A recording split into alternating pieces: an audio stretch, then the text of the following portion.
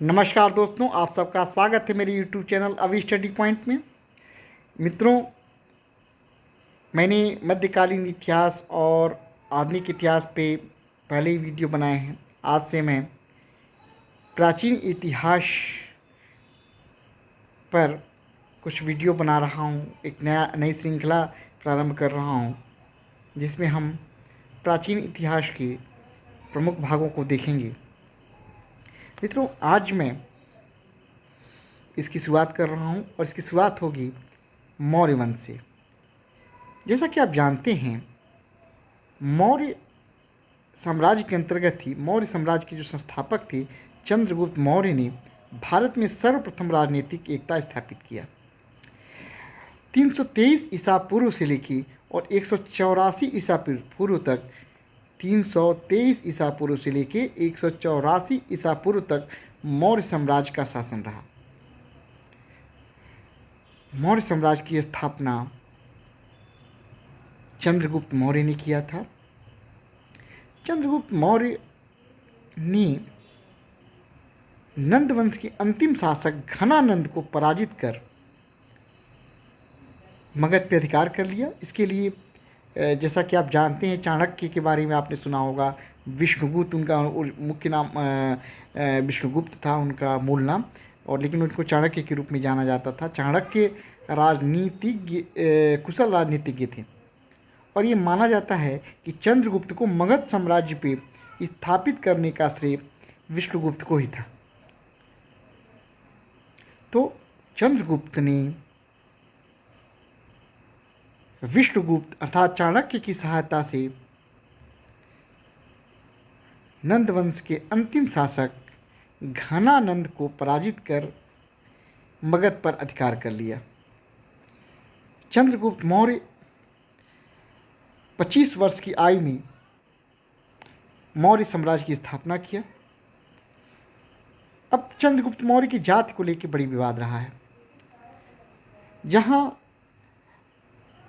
ब्राह्मण साहित्य में उसे शूद्र कहा गया है।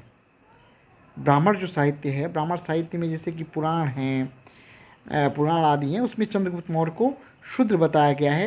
बौद्ध और जैन साहित्यों में उसे क्षत्रिय माना गया है। जबकि विशाख दत्त की एक रचना है मुद्रा राक्षस। मुद्रा राक्षस में चंद्रगुप्त को मौर्य को वृखल अर्थात निम्न कुल का कहा गया है।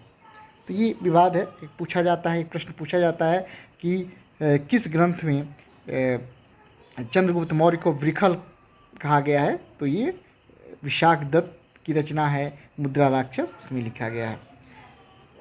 चंद्रगुप्त मौर्य के बारे में प्लूटार्क ने कहा है कि उसने 6 लाख की सेना लेके पूरे भारत को उसने रौंद दिया, संपूर्ण भारत को रौंद डाला और उस पर अधिकार कर लिया। जस्टिन का भी कुछ इसी तरह का विचार था।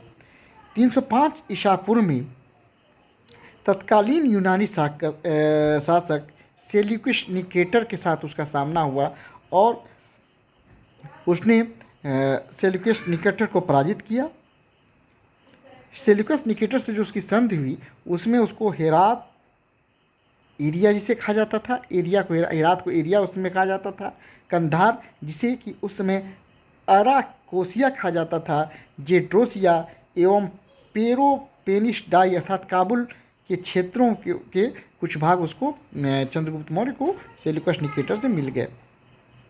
सेल्यूकस ने अपनी पुत्री हेलेना की शादी चंद्रगुप्त मौर्य से किया और मेगस्थनीज सेल्यूकस निकेटर का ही दूत था, जिसे कि सेल्यूकस ने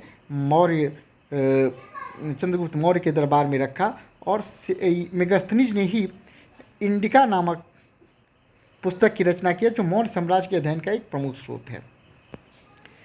चंद्रगुप्त मौर्य ने एक विस्तृत साम्राज्य की स्थापना किया। आप समझ सकते हैं कि उसके राज्य का विस्तार पश्चिम में फारस जो आधुनिक ईरान है वहाँ से लेकर पूरब में बंगाल तक और उत्तर में कश्मीर से लेकर दक्षिण में उत्तरी कर्नाटक अर्थात मैसूर तक था। उसने बड़ी विस्तृत साम्राज्य की स्थापना किया था।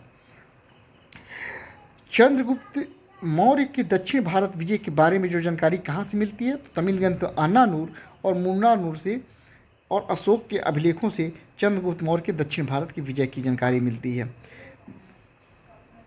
बंगाल में चंद्रगुप्त की विजय महास्थान अभिलेख से प्रकट होता है। बंगाल पर जो चंद्रगुप्त की विजय की जानकारी महास्थान अभिलेख से होती है। बाद में चंद्रगुप्त मौर्य ने जैन धर्म अपना लिया और भद्रबाहु से उसने जैन मुनि भद्रबाहु से उसने जैन धर्म की दीक्षा लिया और अंततः श्रवण बेलगोला जाकर 298 ईसा पूर्व में उसने उपवास, जिसे संलेखना कहा जाता है, द्वारा शरीर का त्याग कर दिया। जैन लेखों के अनुसार चंद्रगुप्त मौर्य के शासनकाल के अंत में मगध में 12 वर्षों का भीषण अकाल पड़ा। चंद्रगुप्त मौर्य के बाद मौर्य वंश की जो मौर्य साम्राज्य की वागडोर संभाली चंद्रगुप्त मौर्य के पुत्र बिंदुसार ने। अब हम अगले भाग में बिंदुसार के शासनकाल के जिक्र करेंगे। मित्रों, हम प्राचीन इतिहास का जब भी अध्ययन करेंगे तो हम अभी राजनीतिक बता रहे हैं। मैं आपको बताया हूँ कि इतिहास का जब भी अध्ययन करिए, राजनीतिक इतिहास, साहित्य एवं संस्कृति, कला, इस सारी चीज़ों को रख के अध्ययन करना होगा। धन्यवाद दोस्तों, नमस्कार।